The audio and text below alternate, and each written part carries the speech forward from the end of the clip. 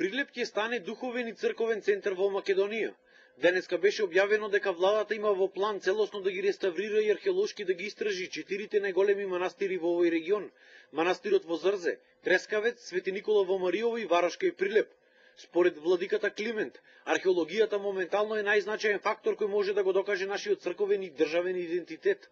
Доказ за тоа се најновите археолошки докази во пештерите во Зрзе, каде имало монаси од 9 век, 100 години пред појавата на монаштвото на Света Гора. Можеме да се пофалиме со многу мал број на цркви и манастири кои што комплетно се археолошки истражени и испитани. Овие археолошки истражувања содржат во себе артефакти кои што го потврдуваат културниот идентитет и црковен и национален.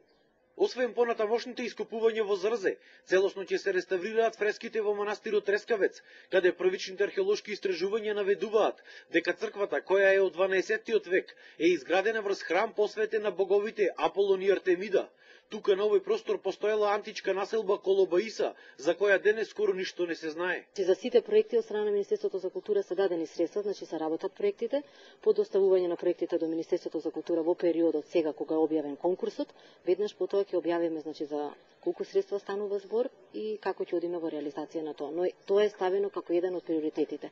Дел од овие реконструкции, како во Зрзе и во Мариово, се веќе започнати, а за Трескавец и Варош се уште се подготвуваат проекти. Целта е развивање на така наречениот црковен туризам, кој според пресметките на Македонија би можел да и донесе милиони евра.